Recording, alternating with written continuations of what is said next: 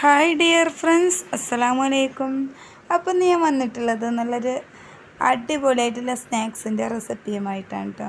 ഇപ്പോൾ ഇഫ്താറിനും അതുപോലെ തന്നെ വൈകുന്നേരം 4 മണി ചായയുടെ കൂടെയൊക്കെ കഴിക്കാൻ പറ്റിയിട്ടുള്ള നല്ല അടിപൊളിയായിട്ടുള്ള സ്നാക്സാണിത്. ബ്രെഡ് പോളയാണ് കേട്ടോ. അപ്പോൾ അത് എങ്ങനെയാണ് റെഡിയാക്കുന്നത് നോക്കിയാലോ. അതിനായിട്ട് ഞാനിവിടെ ഒരു പാൻ വെച്ചിട്ടുണ്ട്. പാന് നന്നായിട്ട് ചൂടായിട്ട് വരുമ്പോൾ ഇതിലേക്ക് 1 ടേബിൾ സ്പൂൺ വെളിച്ചെണ്ണ ചേർത്ത് കൊടുക്കുക കേട്ടോ. അങ്ങനെ എണ്ണ നന്നായിട്ട് ചൂടായിട്ട് വരുമ്പോൾ ഇതിലേക്കൊരു വലിയ ഉള്ളിയാണ് എടുത്തിട്ടുള്ളത്. ഇതുപോലെ ചെറുതായിട്ട് കട്ട് ചെയ്ത ഉള്ളി ചേർത്ത് കൊടുക്കാം.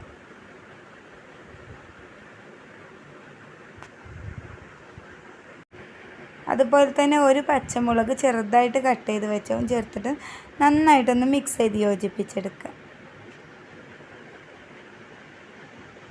ഉള്ളി ഏകദേശം ഒന്നിങ്ങനെ വഴന്ന് വരുമ്പോൾ നമുക്ക് ഇതിലേക്ക് ഇഞ്ചി വെളുത്തുള്ളിൻ്റെ പേസ്റ്റും കൂടി ചേർത്തിട്ട് നന്നായിട്ടൊന്ന് മിക്സ് ചെയ്ത് യോജിപ്പിച്ചെടുക്കാം കേട്ടോ. അതിനുശേഷം പിന്നെ ഇതിലേക്ക് കുറച്ച് കറിവേപ്പില കൂടി ചേർത്തെടുക്കാം.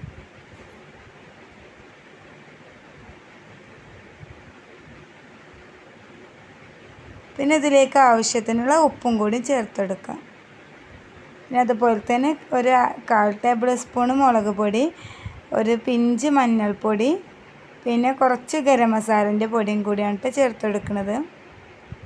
എന്നിട്ട് നന്നായിട്ടൊന്ന് മൂപ്പിച്ചെടുക്കാം. ഈ മസാലൻ്റെ പച്ചമണം മാറുന്നത് വരെ നന്നായിട്ടൊന്ന് മൂപ്പിച്ചെടുക്കാം. പിന്നെ മല്ലിപ്പൊടിയും കൂടി കുറച്ച് ചേർത്തെടുക്കുന്നുണ്ട് കേട്ടോ. ഒക്കെ ലേശം ചേർത്തെടുക്കണുള്ളൂ. അതും കൂടി ചേർത്തിട്ട് നന്നായിട്ടൊന്ന് മിക്സ് ചെയ്തെടുക്കുക കേട്ടോ.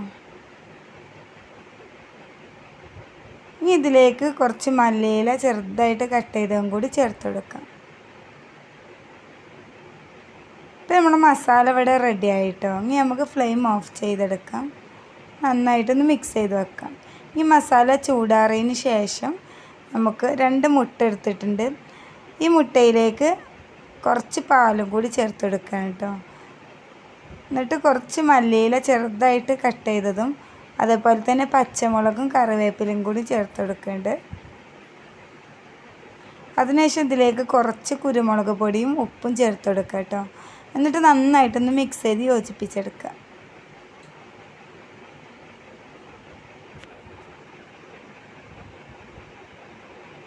പിന്നെ ഞാൻ കുറച്ച് ബ്രെഡിൻ്റെ സൈഡൊക്കെ കട്ട് ചെയ്ത് വെച്ച് മാറ്റി വെച്ചിട്ടുണ്ട്. ഇനി ഞാൻ ഈ ഒരു സോസ് പാനിലാണ് കേട്ടോ അത് റെഡിയാക്കണത്, പോള റെഡിയാക്കണത്. അപ്പോൾ അതിൻ്റെ അടിയിൽ കുറച്ച് നെയ്യ് തൂവി കൊടുക്കുന്നുണ്ട്. എന്നിട്ട് എല്ലാ ഭാഗത്തേക്കും ആക്കി കൊടുക്കണം. നെയ്യോ ഓയിലോ ബട്ടറോ എന്തായാലും കുഴപ്പമൊന്നുമില്ല കേട്ടോ. ഞാനിപ്പോൾ നെയ്യാണ് ചേർത്ത് കൊടുക്കുന്നത്. എന്നിട്ട് ഈ പാത്രത്തിൻ്റെ എല്ലാ ഭാഗത്തേക്കും ഇതാക്കി കൊടുക്കുക. ഇനി നമ്മുടെ മുട്ടൻ്റെ മിക്സിൽ ബ്രെഡൊന്ന് മുക്കിയതിന് ശേഷം ഈ പാനിലേക്ക് വെച്ച് കൊടുക്കുക കേട്ടോ. ഇതുപോലെ ഒന്ന് എല്ലാ ഭാഗത്തേക്കും വെച്ച് കൊടുക്കാം. ബ്രെഡ് കട്ട് ചെയ്തിട്ട് വേണമെങ്കിലും ചെയ്തെടുക്കുക കേട്ടോ. അപ്പോൾ ഇതിൻ്റെ സൈഡ് ഭാഗത്തൊക്കെ ഞാൻ കട്ട് ചെയ്ത് കണ്ടാണ് വെച്ചെടുക്കുന്നത്.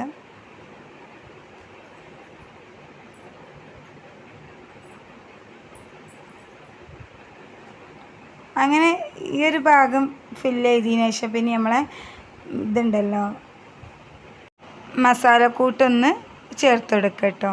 ഇതിൻ്റെ സൈഡ് ഭാഗത്തേക്കൊന്ന് നമ്മൾ മസാലക്കൂട്ട് വെച്ചെടുക്കേണ്ടത്. ഈ നടുഭാഗവും ആക്കിയിട്ട് വെച്ചെടുത്താൽ മതി. പിന്നെ അതിനുശേഷം 2 മുട്ട പുഴുങ്ങിയിട്ട് ഇതുപോലെ ചെറിയ പീസാക്കിയിട്ട് കട്ട് ചെയ്ത് വെച്ചാണ് ഇതൊന്ന് നിരത്തി വെച്ചെടുക്കുക കേട്ടോ. അതിനുശേഷം പിന്നെ ഇതിൻ്റെ മുകളിൽ നമ്മൾ ബ്രെഡ് ഇതുപോലെ തന്നെ നമ്മുടെ മുട്ടയുടെ മിക്സിൽ മുക്കിയതിന് ശേഷം ഇതിൻ്റെ മുകളിൽ ഇതുപോലെ വെച്ചെടുക്കുക.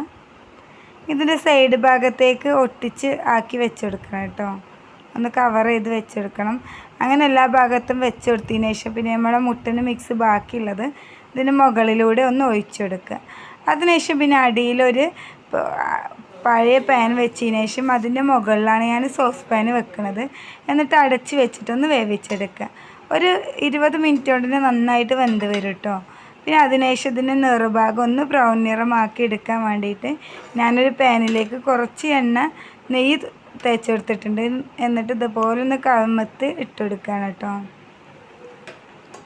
ഇപ്പോൾ നമ്മുടെ പോള ഇവിടെ റെഡി ആയിട്ടുണ്ട്. ഇനി ഇതൊരു ഒരു പാത്രത്തിലേക്ക് മാറ്റി കൊടുക്കാം. ഇപ്പോൾ കണ്ടില്ലേ, പുറം ഭാഗവും മുകൾ ഭാഗമൊക്കെ നല്ലൊരു കളറായി കിട്ടിയിട്ടുണ്ട്. അങ്ങനെ നമ്മുടെ ടേസ്റ്റി ആയിട്ടുള്ള ബ്രെഡ് പോൾ ഇവിടെ റെഡിയായി വന്നിട്ടുണ്ട്. അപ്പോൾ എല്ലാവരും ഇതൊന്ന് ട്രൈ ചെയ്ത് നോക്കുക കേട്ടോ. പിന്നെ വീഡിയോ ഇഷ്ടമായ ലൈക്ക് ചെയ്യാനും ഷെയർ ചെയ്യാനും കമൻറ്റ് ചെയ്യാനും മറക്കരുത്. അതുപോലെ തന്നെ സബ്സ്ക്രൈബ് ചെയ്യാതെ കാണുന്നവരാണെന്നുണ്ടെങ്കിൽ സബ്സ്ക്രൈബ് കൂടി ചെയ്യട്ടോ. എന്നിട്ടിത് ചെയ്ത് നോക്കിയതിന് ശേഷം ഫീഡ്ബാക്കൊക്കെ കമൻറ്റ് ബോക്സിൽ അറിയിക്കുക. അപ്പോൾ അടുത്ത നല്ലൊരു അടിപൊളി വീഡിയോയുമായിട്ട് വരുന്നവരേക്കും എല്ലാവർക്കും അസ്സലാമു അലൈക്കും.